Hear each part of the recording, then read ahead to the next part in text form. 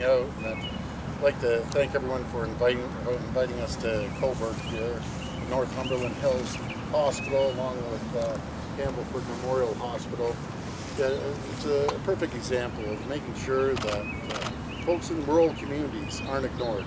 And we're making an announcement today that we're investing $5.6 million in Northumberland Hills Hospital and $306,000 with Campbellford.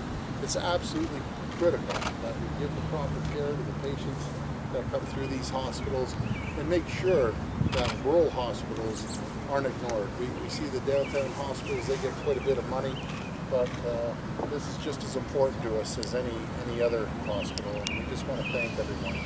I want to give a shout out to the frontline healthcare workers throughout this pandemic. They're the true heroes. True heroes that show up every single day. They put the community ahead of themselves, and we're just so very grateful. We have an incredible team of healthcare workers right across this great province, and it all starts at the top. I'd like to thank the leadership of both hospitals for staying strong throughout this pandemic and fighting COVID-19. It's amazing what we can do as a province, and we're all pulling in the same direction. So we're very, very grateful for all your support. And now I'll pass it over to the greatest Deputy Premier and Minister of Health.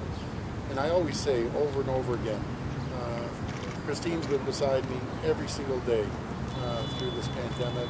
I'm so grateful. And with David, I mentioned it to the group earlier, I have some caucus members that will come up and always say, how can we help? Because everyone wants to help and get engaged. And I said, just follow David Piccini's lead. There's people that sit back and want things to happen or watch things happen. David is a type of representative that makes things happen. He's absolutely phenomenal. He's engaged with his community, and he's a very loud voice down at Queen's Park to make sure we get funding for his area. So he's doing a great job, and I want to thank you, David. You're amazing. Now I'll pass it over to the minister.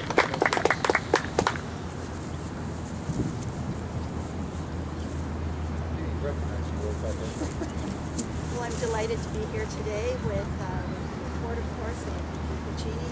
And I have to say that David has been a wonderful advocate for this community. We knew that there was a funding formula inequity for small and medium-sized hospitals, and David commented that was happening right here in his own community, in his own riding. So we dealt with that last year with an additional $68 million to rectify those inequities, which we've now annualized into funding for hospitals. And now with the increase we've seen today with $5.6 million for Northumberland Hills Hospital and $306,000 for Campbellford Hospital, we now see those inequities that have been rectified. But it all is because of your MVP, David Piccini, who stood up for your community and made sure it happened. Thank you, Minister Elliott, and thank you, Premier, for being down here in Coburg in rural Ontario. I'm proud to represent rural Ontario. We've got so many remarkable attributes in this community, but I've always said that healthcare and really ensuring we have a healthy population, that's what binds our community. And to our phenomenal leadership team here and to the workers, thank you.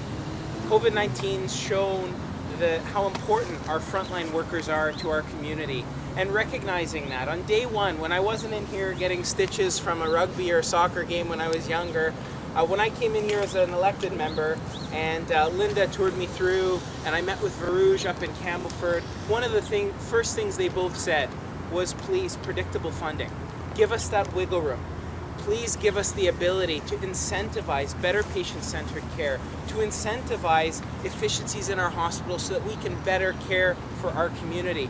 And today, I'm proud to say our government's listened. We've recognized the historical funding inadequacies that for decades plagued our rural communities, and we've addressed it with $5.6 million here, $306 to Campbellford, in addition to the $5 million we announced up in Campbellford last year. And I'm proud to say that since we formed government, that's just under, since 2017-18, I was looking at the numbers, just under 30% here and just under 10% up in Campbellford. So medium-sized hospitals, we know in rural Ontario needed the help.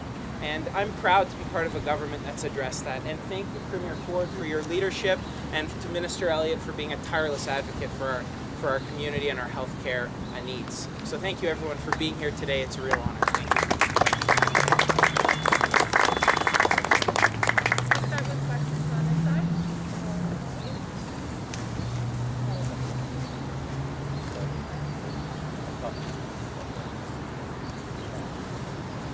Boy, it's a warm one today, isn't it?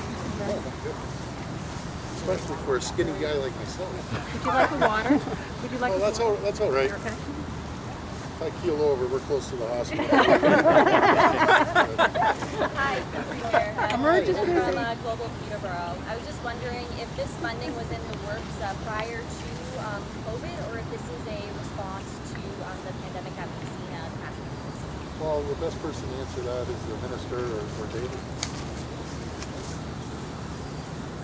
Yes, thank you for the question. This funding was in process before. We last year recognized the funding inequities for small and medium-sized hospitals. That's why we put in an additional $68 million, and then we annualized it, and now we're looking at funding for the fiscal year, and that's why we're announcing this increase of $5.6 million and $306,000 for Hamilton.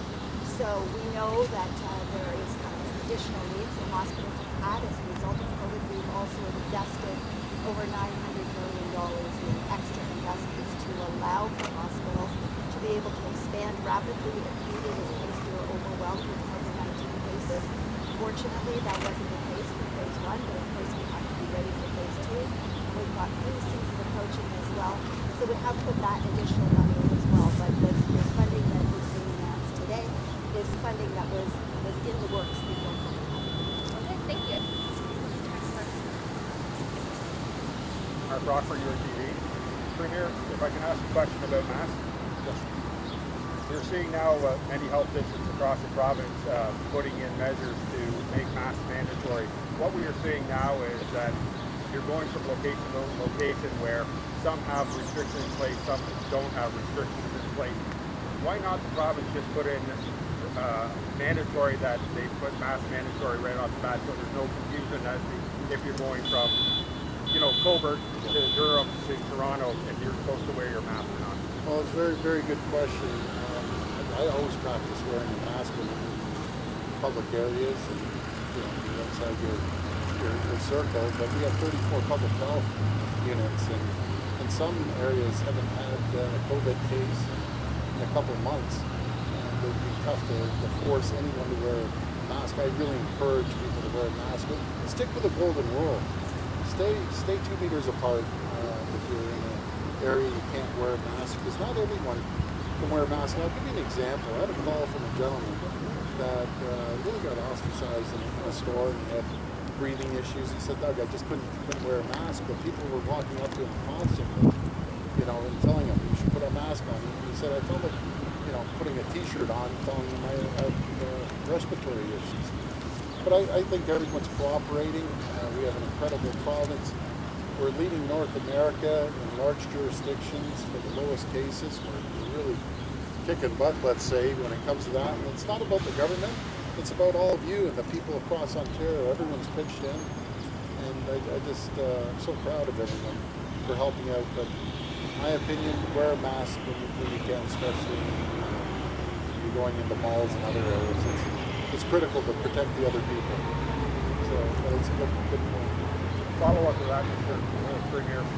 The fact that you said all along that the real heroes are the people that are working at the front line, the grocery stores, municipally, such as that, businesses that have been open since COVID has happened. We're now seeing the backlash to those people working the front line, such as young cashiers, male cashiers, that are now feeling the backlash from the residents that now have to wear the mask. What do you say to the residents of Ontario about taking their frustration out onto those people? Well, that's ridiculous. They shouldn't be taking it out on these hard-working people. And you mentioned cashier clerks at retail stores. They're heroes. They stood there in the peak of this and had people going past them every single day. As far as I'm concerned, they're just as important as all the other hard-working frontline people. And the emergency services folks, first responders, they're amazing. But man, that'd be disappointing anyone criticize a store clerk. Oh my goodness. I mean, those folks are the ones who fed us. We have time for a couple more. They're amazing people. Hi, Premier. Hi. Graham Beer from Cobourg Media. Yes. Over the years, Cumberland Hills Hospital and all of our local healthcare systems have been there for us, Yep. and through this pandemic especially. But the community has come out to invest, masks and making face shields. Why is it important for the community to support, but then there for the government to be there along with it? Well, that's a great question, and that was kind of one of my pet peeves right at the beginning when we had foreign countries and the whole world was scrambling for the N95s and surgical masks and gowns, and it was basically a free-for-all. Then we had the President of the United States cut off 3M from shipping any masks up here, which is totally unacceptable, and I'm extremely disappointed. We're the closest allies, and to cut us off like that is unacceptable, but as long as I'm here, that will never ever happen again. The great news is we have dozens and dozens of people making the face shields now. We have 23 companies bidding on the surgical mask. We have companies that are opening up large facilities to make the N95 mask. People switched over from distilleries to making hand sanitizer. We have enough hand sanitizer, hand wipes. People are making gowns. It's amazing how everyone pulled together and companies switched over their lines. It was all hands on deck. I always use this analogy. I'm a big history buff, but it reminds me of back in World War II, World War I, when everyone just put together, got on the production lines and started to pump out goods for the frontline soldiers. Well, everyone did this for our frontline healthcare workers and everyone else. Man, did we band together. I get chills just thinking of it because they're incredible people here in Ontario. We put all the politics aside. All three levels of government are getting along extremely well. I talked to 444 mayors yesterday. They're fabulous. We have a phenomenal relationship. I do personally with the Deputy Prime Minister. I talk to her I just hung up with her on my daily call with her, and we're all pitching in and rowing in the same direction. So I'm very grateful for that. Thank you, Premier. Thank you. Next question. Jenny McKay from IFM and Flashcroft. Hi, Jen. Nice to meet you. Back to the announcement today. Could you give us a bit more details about how these dollars will help out each hospital going forward? Well, maybe the CEOs might want to offer that. I'm always a strong believer when we hand out money, give the experts, and they're experts, and I'm not an expert in healthcare, give them the flexibility, no matter if it's healthcare or policing or whatever. I really, truly believe that they should be able to distribute the funds they want, but maybe the minister or David or the CEOs, because I'm not too sure Maybe where you you're could going to spend that money. Maybe you could address instead why it's important that our area got the funding. It's absolutely critical that I try not to be political, but for years under a previous government, rural hospitals were ignored. It's not fair. When we took office, we said we aren't going to ignore rural hospitals. They're just as important. Keep in mind, let's say Toronto, I'm not picking on Toronto, but they're about 18-20% of the overall population. Our job is to protect everyone, including the 80% that have been ignored for years. And we're pouring money into infrastructure, into new hospitals, into funding. Nothing's more important than health to all of us. So right behind health is the economy. And if we aren't healthy, we can't get the economy going. So it goes hand in hand, but I'll pass it over to both the CEOs. Thank you. Appreciate it. Well, they're going to answer the question. Thank you, Premier, and it's a pleasure for me to be able to answer this question. What the $5 million or over $5 million announcement of funding today to Northumberland Hills Hospital provides a stability for this organization to continue to provide care for a growing and aging community. The hospital was built for 137 beds. Up until about 3 years ago, we didn't operate more than 100 of them. Today, we're operating 124, have capacity to go to the 137. This funding allows us to be able to do that, to make sure we can move patients through the emergency department quickly. They're not in hallway health care. They're into a bed, into a room, and getting care. So this government, our government, has really listened and medium-sized hospitals. We want to provide care close to home. Our community deserves this, and we're very grateful to our government for listening to the needs of our community, and certainly our MPP, Minister Elliott, and our Premier have been great advocates for rural healthcare and certainly our Beverly Hills Hospital. Thank you. Thank you so much, Linda. Thank you, everyone. No, hold on.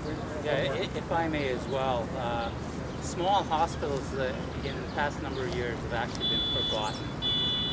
And this funding announcement, even though it's just 2%, is significantly more than we received over the last number of years. We've been barely surviving at 1% increases over the last 4 or 5 years. So to have 2% last year and 2% this year certainly enables us to continue to provide for quality services for our communities. And having spent most of my career in small and rural hospitals, I realize how important those hospitals are for their communities. And if we cannot continue to provide services to our aging population, those individuals will need to travel elsewhere to get those critical health services. So it's really important that this investment today, and certainly the investment that David has been able to advocate for over the past several years, a one-time $5 million funding increase a year and a half ago, along with more than $2.5 million worth of facility dollars that we've been able to get. Those have enabled us to just keep up with the demands on our organization. And really, if small hospitals are forgotten, what we play as an economic driver in our communities, as an attractor for tourism, as an enabler for housing and industry development, that wouldn't happen if the hospital didn't exist in Campbellford and Trent Hill. So we're very appreciative of the Premier and the Minister and the provincial government for supporting our community and our hospital to the extent that they have over the past couple of years. Great. Thank you. You know, the real reason, you know, you have all these MPPs, and you have David advocating. So if you have a lazy MPP, and we have no lazy MPPs, I can trust you, but if you have one that's not advocating and not saying a word, keeping it quiet, well, the greasy wheel, the squeaky wheel gets the grease. And he's like a dog on a bone, this guy. I'll tell you. And believe me, when he's just on you, and that's a great thing. You got to get funding. You got to get funding. Who's going to get funding? You know, the squeaky wheel. So thank you, everyone. Thank you, David and the Minister. Thank you for everything. All right, thanks everyone. Appreciate it. Thank you. Thank you. Really appreciate it.